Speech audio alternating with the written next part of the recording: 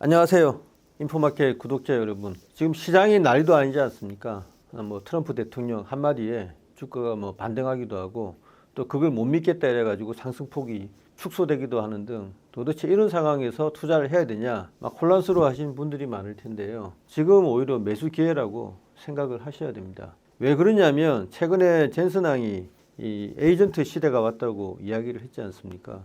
AI 에이전트 여러분들이 지금 이야기를 하고 있는데 저희도 공부를 좀 해보니까 이게 엄청난 AI 발전을 가져올 것 같습니다. 가속화 시켜버릴 것 같고요. 메모리 칩이라든가 여러 기반에 대한 수요도 계속 증가할 것 같거든요. 인류 최악의 정치적인 혼란과 또 인류 최고의 투자 기회가 맞물려 들어가는 굉장히 미묘한 시점이다. 이렇게 말씀드릴 수 있겠습니다. 어쨌든 정치적인 또 국제 분쟁적인 이런 문제는 일종의 짙어라고 생각을 하시고 꿋꿋하게 투자를 하는 게 맞는 것 같습니다. 일단 오늘 제목은요. AI 에이전트는 무엇이냐? 그리고 이런 상황에서 왜 반도체 AI 주식을 사들어가야 되느냐? 이런 내용이 되겠습니다.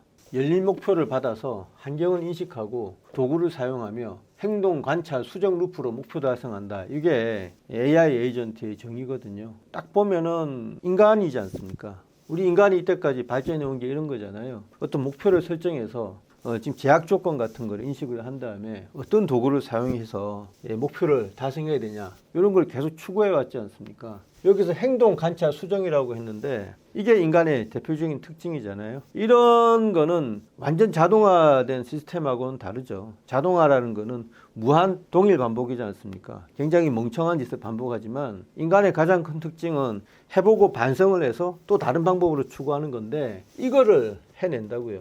AI 에이전트가 여러 분야에서 지금 서비스가 나오고 있습니다. 법무 담당에서 AI 에이전트가 이미 합의 AI, 클래리티 이런 것들이 나와 있는데요. 코딩도 마찬가지입니다. 소프트웨어를 자동으로 짜줄 수 있도록 도와주는 AI가 벌써 등장을 했죠. 너무 당연한 건데 사실 저희 회사도 클로드를 사용해서 여러 프로그램을 짜고 있습니다. 굉장히 효율적이더라고요. 그걸 좀 더 에이전트화해서 스페셜하게 만든 게 커서라든가 코그니션이라는 그런 회사가 벌써 등장을 했고요. 세일즈 마케팅, 고객 응대에도 11X 클레라는 회사가 벌써 나와 있습니다. 과학 연구 신약 개발이 획기적일 텐데요. 리커전 많이 들어보셨죠? 그리고 인실리코 메드신이라는 회사가 중화기인데 총콩에 있거든요. 이 회사가 이 루프를 사용해서 어떤 신약 개발을 하는데 아주 독보적이라고 하더라고요. 그래서 우리가 AI 에이전트를 볼 때는 애플리케이션의 어떤 외장을 보거든요. 애플리케이션 레이어라고 합니다. 이거는. 그러니까 들어가는 대문 같은 건데 이제 요 밑에 있는 거는 그 대문 밑에 숨겨진 실제 기능이죠. 오케스트레이션 레이어는 계획을 수립하는 거예요. 그리고 업무를 분석을 합니다. 인간이 준 목표를 분석을 해야 되겠죠. 그리고 멀티 에이전트 협업을 해야 되는지 안 하는지도 결정을 해야 된다고 합니다. 우리 능력 바뀐데 다른 에이전트하고 협력을 해볼까? 이게 오케스트레이션 레이어에서 결정하는 거죠. 루프 제어가 가장 중요한 기능입니다. 루프 제어라는 건 아까 말씀드렸듯이 행동, 관찰, 수정 이게 무한 반복되는 건데 이게 안 되면 저기를 택하는 아주 현명한 추론이라고 할 수 있겠죠. 굉장히 고도의 추론입니다. 루프 제어가. 사실은 이게 가장 핵심이겠죠. 요 밑에 보시면 파운데이션 모델 레이어라고 있는데 GPT-4, 클로드, 제미니 이렇게 해놨잖아요. 이게 가장 기본이죠. 그 다음에 이제 이게 기본돼 있으니까 요게 지금 하사표 올라간 거는 가장 기능적으로 봤을 때는 이게 핵심인데 점점 좀 올라간다 이렇게 생각을 하시면 되겠습니다. 그러니까 이게 대문인데 요 밑에 많은 레이어가 있지만 가장 기본적인 거는 여기 LLM 모델이라고요. 오케스트레이션 레이어는 이 LLM 모델에 기반해서 계획을 수립하고 업무를 분석하는 일종의 스페셜화된 두뇌라고 생각을 하시면 됩니다. 이게 진짜 핵심이라고 하더라고요. 그 다음에 오케스트레이션을 하지 않습니까? 그러면 생각을 해보세요. 환경을 인식하고 도구를 사용해야 된다는 거는 이제 이 오케스트레이션이 결정을 하지만 실제 밑에 레이어에서는 기억도 하고 어떤 데이터베이스도 저장을 하는 그런 메모리 레이어가 반드시 필요하겠죠.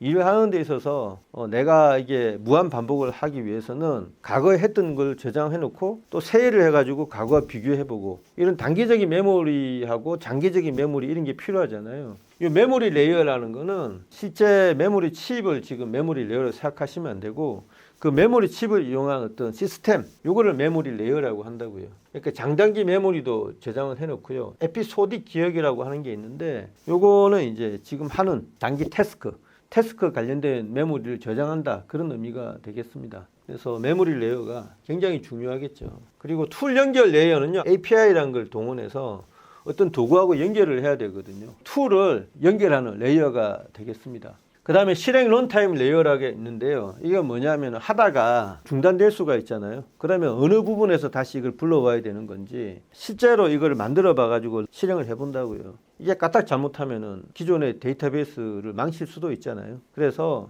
실행은 하더라도 일단 이게 검증이 안 된 거니까 요 제한된 환경 내에서 안에서만 한번 돌려보자는 거죠. 그게 샌드박스거든요. 그래서 실행 런타임 레이어는 여러 가지로 실행을 해보고 상태를 관리해보고 체크 포인트도 점검을 하고 에러도 복구하는 그런 의미가 되겠습니다. 그리고 업저버빌리티 레이어는 한번 검토를 해보는 거라고요. 비용 추적도 해보고 감사도 해보고 회사의 시책에 이게 지금 맞게끔 돌아가고 있는 건지 일종의 회사 내부의 감사라고 할 수가 있겠어요. 그래서 이 5개의 레이어가 파운데이션 모델 레이어에 기반하고 있다, 이렇게 이해를 하시면 되고, 왜 이렇게 복잡하게 설명을 하느냐, 핵심적인 거하고 비핵심적인 걸 나눠서 좀 구분해 드리기 위해서예요. 핵심은 뭐겠습니까? 절대 이거는 남한테 주면 안 된다.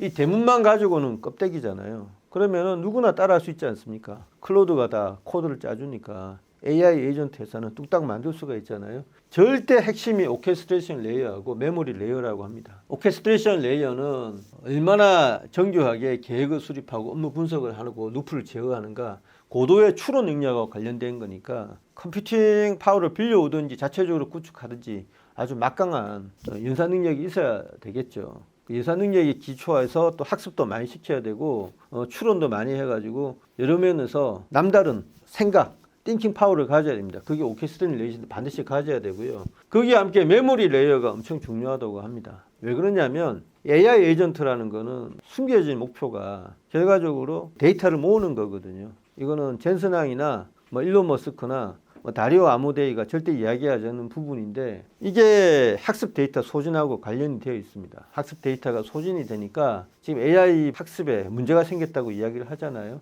여러분들이 만약에 법률 AI 에이전트한테 가서 여러 가지 이야기를 하면 그 대화 내용이 일반적인 LLM은 저장을 하지 않습니다. 하지만 AI 에이전트는 저장을 합니다. 왜요? 명분은 이겁니다. 당신한테 더 나은 법률 서비스를 제공하기 위해서는 우리의 대화 내용을 저장을 해야 된다는 거죠. AI 에이전트는 그런 대화라든가 이런 서비스 기록들을 다 저장을 해 놓습니다. 이게 핵심 경쟁력이죠.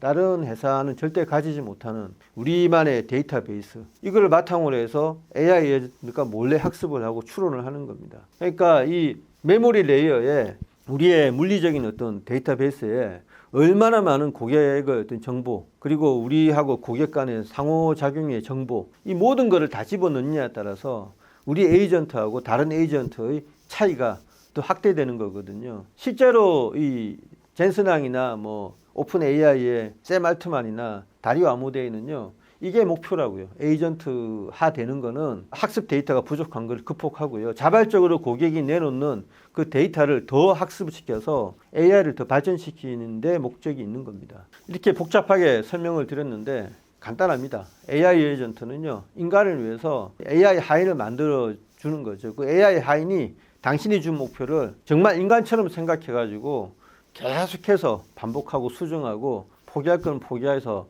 가장 만족스러운 결과를 당신을 위해서 내놓는 겁니다. 그 과정에서 AI 에이전트가 얻는 거는 돈도 받지만요, 결국 당신의 정보를 내자 해가지고 자기 발전에 쓰겠다는 거거든요. 무서운 거죠.